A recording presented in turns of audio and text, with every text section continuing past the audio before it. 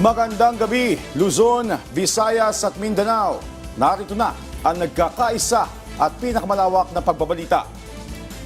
Sa pangunguna ng Presidential Communications Office na kinabibilangan ng Philippine Information Agency, Philippine News Agency, Presidential Broadcast Service Radyo Pilipinas, IBC at PTV. Mula sa PTV, ako po si Sheila Salaysay. Ihahatid namin ng mga komprehensibo at mahalagang balita mula sa iba't ibang bahagi ng bansa. Mula sa PTV, ako po si Joshua Garcia. Ito ang Balitang Pambansa. Ngayong gabi sa Balitang Pambansa, pribadong abogado posibleng kunin ng Malacanang matapos dumistansya ang Office of the Solicitor General. Eksperto, ipinaliwanag ang bigat ng kasong crimes against humanity na kinakaharap ni dating Pangulong Rodrigo Duterte. Opisyal ng Kongreso, nag-inspeksyon ng kwarto para sa House Prosecutors.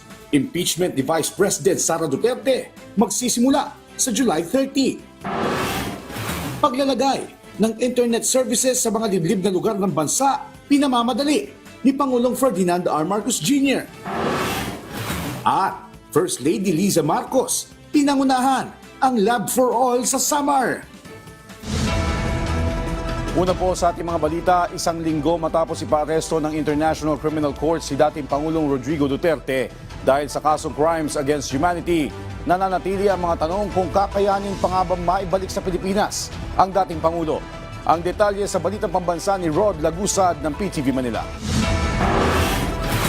Ang Department of Justice na ang siyang kakatawan para sa pamahalaan. Ito ay matapos tumangging sumagot ang Office of the Solicitor General sa mga inihaing petisyon ng writ of habeas corpus ng mga anak ni dating Pangulong Rodrigo Duterte at manindigan na wala ng jurisdiction ng International Criminal Court sa Pilipinas. We were given the authorization by the Executive Secretary to kami na sumagot. At okay na, nabigyan na namin yung comment namin kahapon. Yung dokumentong binigay namin, sapat na yun para sagutin yung mga sinabi nila sa korte. Samantala, dandila naging sagot ni Justice Secretary Jesus Crispin Remulla sa tanong kung kakayanin pang maibalik sa Pilipinas si Duterte na kasalukuyang nasa kustodiya ng ICC. Ayon kay Remulla, ito'y dahil nandun na si Duterte sa The Hague, Netherlands. Wala na yun, tapos na yun. Tapos na yun. So hindi... It's a done deal already. It's a done deal. It's there. Ando na siya. Una na niyang sinabi ng dating Pangulo na kakaharapin nito ang mga kaso laban sa kanya. Hindi naman na nagkomento si Remulla kaugnay sa ilalabas sa desisyon ng Supreme Court hinggil sa petisyon ng mga anak ni Duterte. Pinagsusumite naman ang komento sa loob ng 5 araw ng SC ang mga anak ni Duterte na sina Veronica Duterte, Davao City Mayor Sebastian Duterte at Representative Paulo Duterte kaugnay na naging sagot ng DOJ sa kanilang mga inihaing petisyon. Kasama ito sa natalakay sa isinagawang Anbang Special Session ng SC. Ayon kay Supreme Court spokesperson Attorney Camille Ting, ito'y para malawak pang matalakay ang naturang petisyon. Dagdag pa ni Ting, bahagi ito pagdating sa mga kasong may kaugnayan sa habeas corpus at anya, marami pa ang pwedeng maging senaryo kaugnay ng usapin. So there's a show cause order explaining them why the court should not issue the writ of habeas corpus. So syempre my explanation, they would also like to see the side of the other side. In response to the allegation specifically said in the compliance. Mula sa PTV Manila, Rod Lagusad, Balitang Pambansa. Ilang taon na ang nakalipas nang mamatay si Kian de los Santos dahil sa war on drugs ng Duterte administration.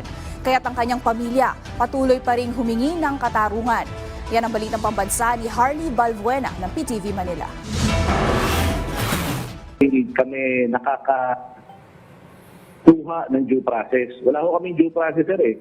Nakita niyo naman siguro kung paano ho yung pagkamatay ng Kian at ng iba pang mga biktima. Ito ang binigyang diin ni Randy de los Santos, ang tiyuhin ni Kian de los Santos na nasawi sa madugong kampanya kontra iligal na droga sa administrasyon ni dating Pangulong Rodrigo Duterte. Sa programang Mike Abe Live, sinabi ni de los Santos na matindi ang kanilang pinagdaanan ilang taon na ang nakalilipas dahil sila nangaanya ang namatayan ng kaanak, sila pa ang tinatawag na salot ng lipunan at pinagbintangang sangkot umano sa droga. Kaya masakit ito para sa amin at sa mga pamilya ng mga biktima na sa huli, kami pa yung lumalabas dito na talagang masama.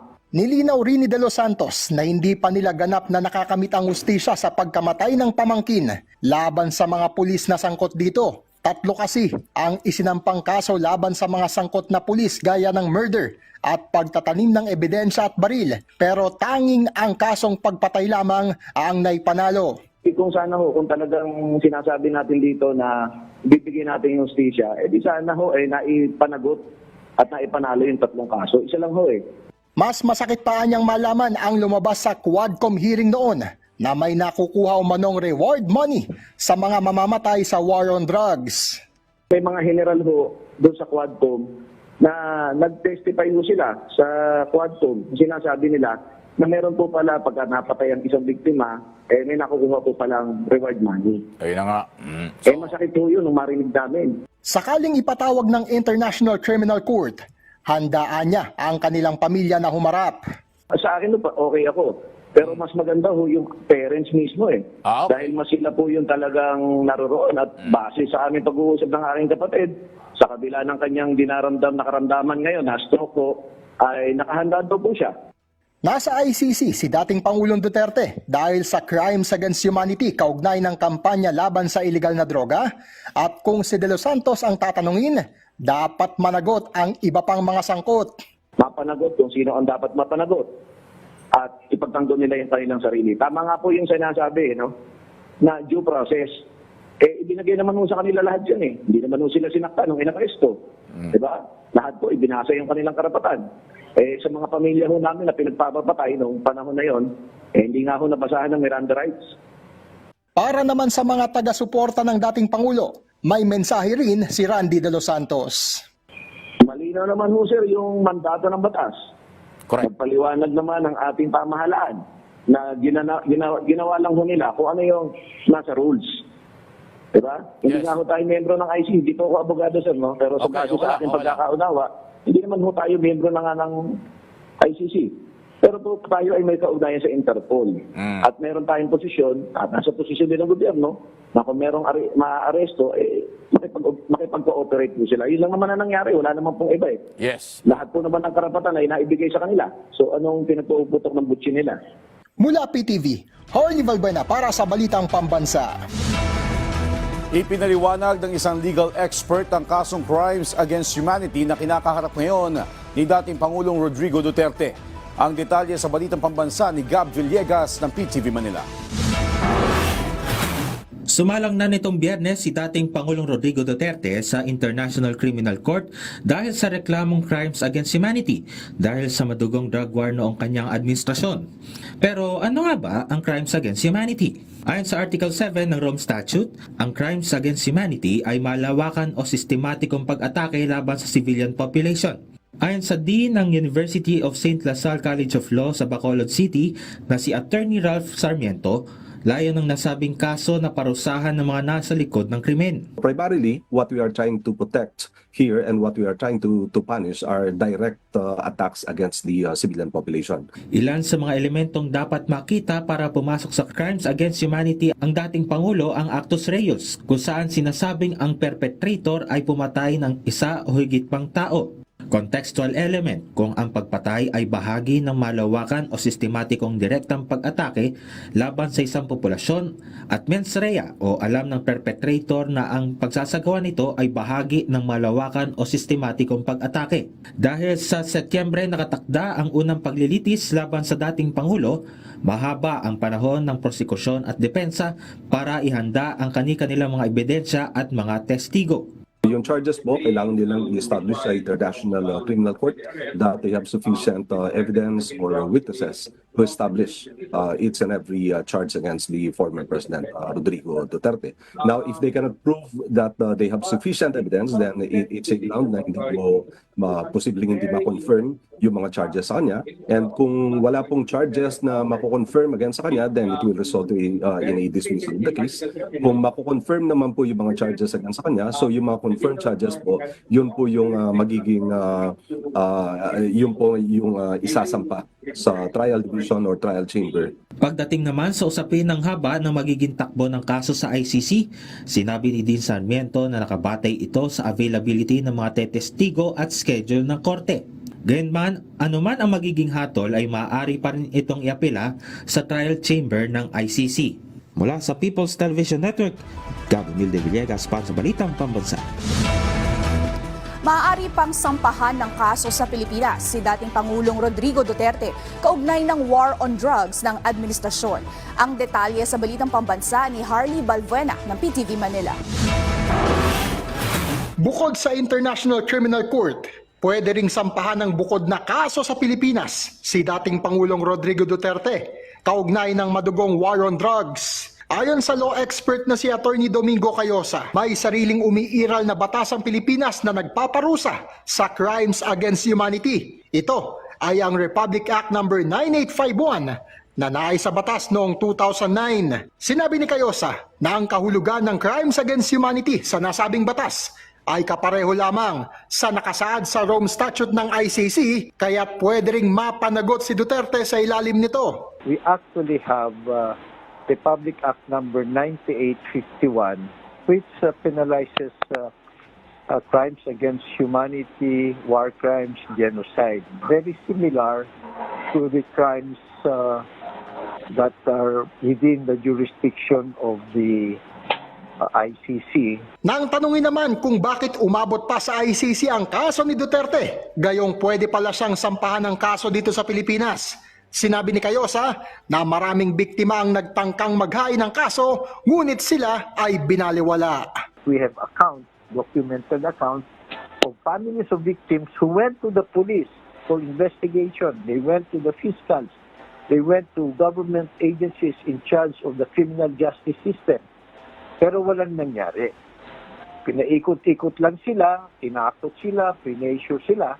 Kaya hindi sila nakapag-file. Sangayon dito, si Bayan Muna Chairman Nery Colmenares na tumatayong legal counsel ng EJK victims at sinabi niyang malaki talaga ang takot ng mga biktima noong panahon ni Duterte. Bagamat may immunity sa lokal na kaso si Duterte noong siya pa ang Pangulo, wala naman itong immunity pagdating sa mga krimeng nangyari noong panahong mayor pa ito ng Davao City. Kasama na ang mga pagpatay na ginawa ng umano'y Davao Death Squad, nakabilang din sa mga batayan sa pagpaparesto sa kanya ng ICC. Kaugnay dito, sinabi ni Colmenares na bukas silang sampahan ng bukod na kaso sa bansa, hindi lamang si Duterte, kundi pati ang kanyang mga dating police general. Pwede. In fact, ang gusto ko sanang kasuhan dyan, maliban kay President Duterte, yung mga general niya, yung mga nag-implement niyan, syempre, nag-pull ng trigger, no? Sakaling ituloy ang lokal na kaso, sinabi ni Colmenares, nahihingi nila ang tulong ng kasalukuyang gobyerno para ma-access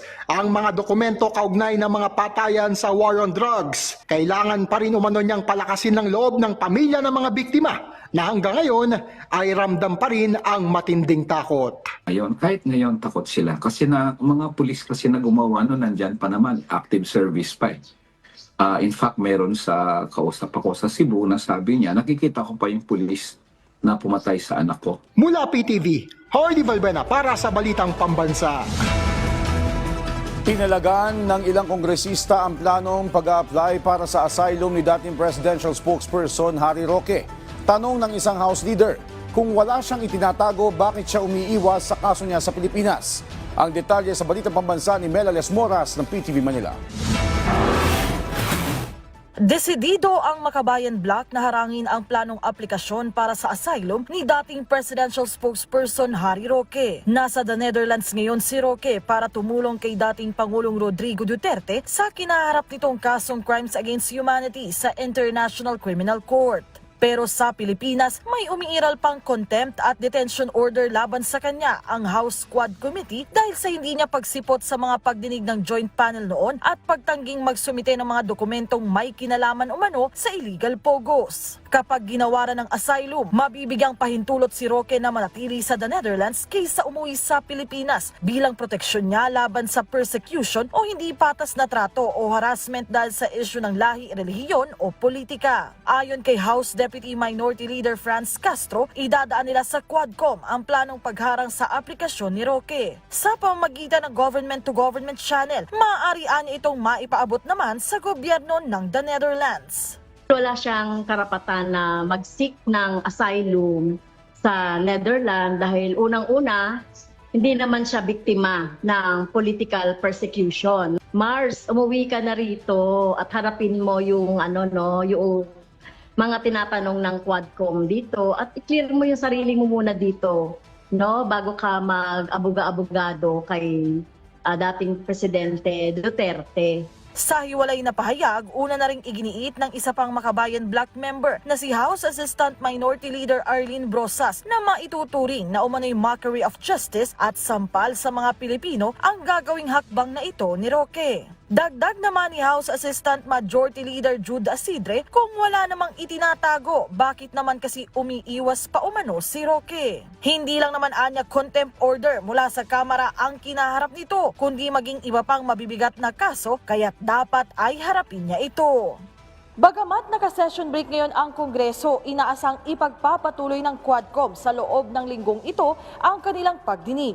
Mula sa PTV, Melales Moras para sa Balitang Pambansa. Hindi pa napag-uusapan sa Malacanang ang posibilidad na matanggal sa pwesto si Solicitor General Menardo Guevara kasunod ng pagdistansya nito na maging kinatawan ng ilang opisyal ng gobyerno. Ang detalye sa Balitang Pambansa ni Kenneth Pasyente ng PTV Manila. Wala pa pong napag-uusapan dyan dahil napakabago po talaga nito. Lumabas lang po yata ito kagabi. Pero siguro po mas maganda po kung mismo si Solgen ang mag-assess sa sarili niya kung siya pa po ba ay nararapat na tumayo bilang Solicitor General.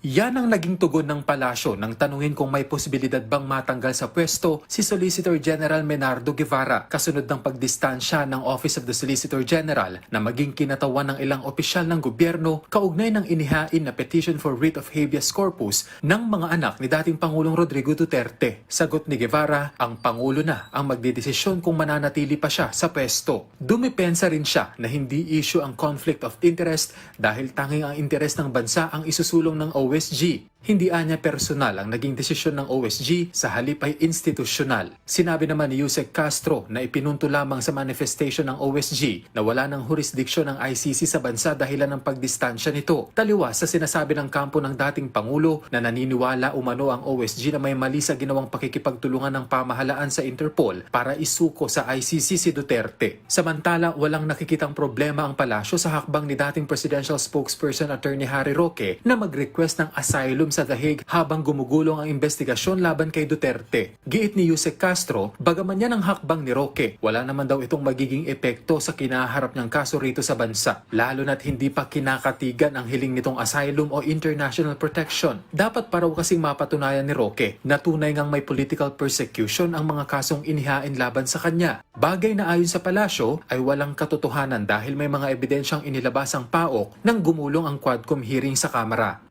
Nakita lang po itong mga dokumentong to, bank documents ni Atty. Harry Roque sa Lucky South 99. Nakita rin ang mga dokumento ng kanyang assistant, AR de la Serna, in Lucky South 99. Third, there is also a document referring to contract of lease with a certain manager, alleged manager of Lucky South 99. Bumaksak lang din po yan sa harapan ng PAOK. So how could there be a political persecution if all the pieces of evidence are overwhelming? So wala po tayo nakikitang political persecution, harapin na lang po niya ang kaso niya po dito. Mas maganda po yan para maipakita niya sa taong bayan na wala po talaga siyang kasalanan. Sinalag din ng palasyo ang hirit ni dating Presidential Legal Counsel Salvador Panelo na hindi umano nagkabisa ang Rome Statute sa bansa. Punto ni Yusek Claire, kung hindi ito nagkabisa, bakit kailangan ng nakaraang administrasyon na mag-withdraw? Hindi na nila kailangan pang pabulaanan ng mga ganitong paratang ng kampo ng dating Pangulo.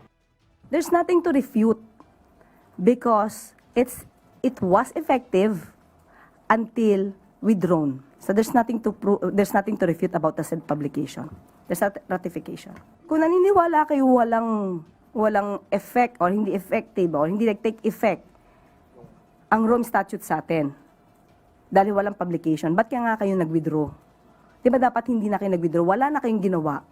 Kasi wala pa lang, hindi pala tayo naging member, hindi pala tayo naging sumang-ayon sa nasabing Rome Statute. So dapat walang withdrawal. Sakali namang magkaroon ng utos ang ICC na i-freeze ang assets ni Duterte, ipauubaya na raw ito ng pamahalaan sa Anti-Money Laundering Council. Mula PTV Manila, Kenneth Pasyente, Balitang Pambansa. Palalakasin pa ng administrasyon ni Pangulong Ferdinand R. Marcos Jr. ang paghahatid ng libreng internet. Prioridad ng pamahalaan na palawakin ng libreng internet sa mga liblib na lugar. Batay sa pakikipagpulong ng Presidente kasama ang Regional Development Council, nakapagplano na ng bagong sistema ang gobyerno para mapabuti ang internet access, gaya ng pagtatayo ng mga common tower, paggamit sa isang tower ng 2 o higit pang internet service providers, at pagtangkilik sa bagong internet satellite system. Sa tulong ng isang satellite dish, pwede nang makasagap ng internet nang hindi kinakailangan magtayo ng mga infrastruktura. Ayon sa Malacanang, mahalaga ang hakbang na ito para maitaas ang kapasidad ng publiko sa larangan ng edukasyon at paghahanap buhay. Exempted na sa spending ban ang ayuda para sa Kapos ang Kita Program o AKAP ng Department of Social Welfare and Development. Base sa inilabas na Memorandum Order 01080 ng Commission on Elections o COMELEC, nasa 12.6 billion pesos na pondo ng AKAP ang inaprobahan ng COMELEC na ma-exempt at may 11 pang programa ng DSWD ang nakasama sa exemption. Gayunman, base sa memorandum, kahit exempted na sa spending ban ng AKAP, AICS at 4Ps, pagdating ng Mayo 2 hanggang 12 ay bawal na ito, maliban lang sa burial at medical assistance. Bawal rin ang presensya ng mga kandidato sa pamamahagi ng naturang ayuda.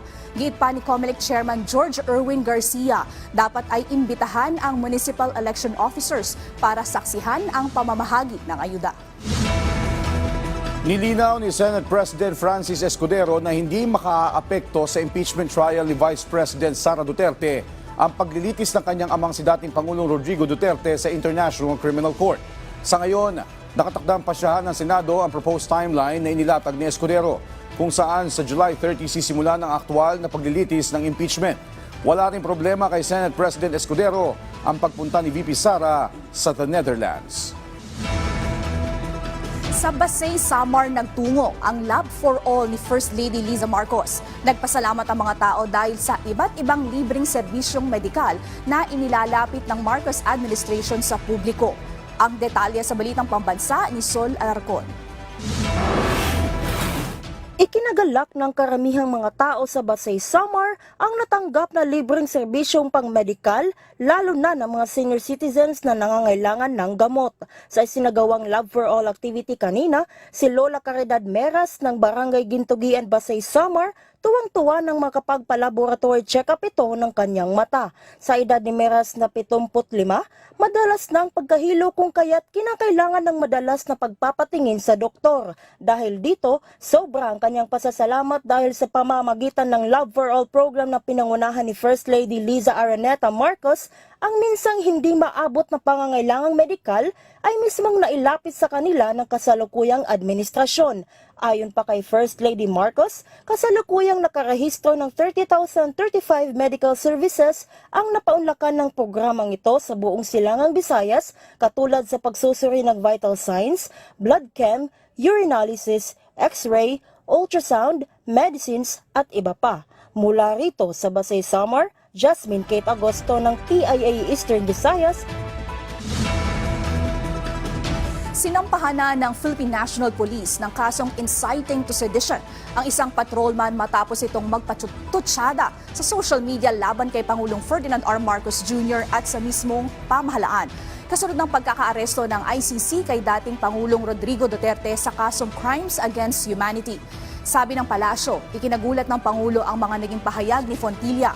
Ayon kay PNP spokesperson at Police Region 3 Director Police Brigadier General Jean Fajardo, mahigpit na ipinagbabawal sa mga pulis ang magpahayag ng kani-kanilang saloobin sa social media, lalo na kung ito ay tungkol sa politika. Sumasailalim na ngayon sa neuropsychiatric test si Fontilla sa NCRPO para malaman kung nasa tama itong pag-iisip. Paliwanag ni Fajardo, nakitaan na ito ng erratic behavior at mood swing noong 2023 at isinailalim sa medication. Nakadepende naman sa magiging resulta ng neuropsychiatric test ni Fontilla kung nararapat pa itong manatili sa serbisyo. Pinag-aaralan na rin ng PNP kung dapat na itong disarmahan. Bukod sa criminal complaint, naharap din si Fontilla sa administrative complaint matapos na baliwalain ang mga patawag ng kanyang immediate supervisor. Kaya't idineklara na itong awol simula March 6. Ikinalugod ng National Council of Churches of the Philippines ang pagkakaaresto kay dating Pangulong Rodrigo Duterte. Sa isang pahayag, sinabi ng NCCP na ang di natitinag na pagpapasya ng mga nananawagan ng hustisya sa harap ng malawak na kultura ng pagpatay ay nagsisilbing pag-asa para sa mamamayang Pilipino na patuloy na manawagan ng katarungan at panagutin ang mga nasa likod ng paglabag sa karapatang pantao. Nanalangin rin ang konseho na mabigyan ng due process ang dating Pangulo na siyang pinagkait sa libo-libong Pilipinong biktima ng marahas na drug war. At dyan po tatapos ang 30 minutong ulat sa bawat sulok ng bansa. Samahan niyo kami muli mamayang alas 9:30 ng gabi para sa updated at pinalakas pang balitaan mula sa PTV. Ako po, si Joshua Garcia. Ito ang pinalawak na puwersa sa pangunguna ng Presidential Communications Office, kabilang ang Philippine Information Agency, Philippine News Agency, Presidential Broadcast Service Radyo Pilipinas, IBC at PTV. Mula sa PTV, ako naman po si Sheila Salaysan. Hatid sa inyo ang komprehensibong paghimay sa mahalagang usapin dito lang sa Balitang Pambansa.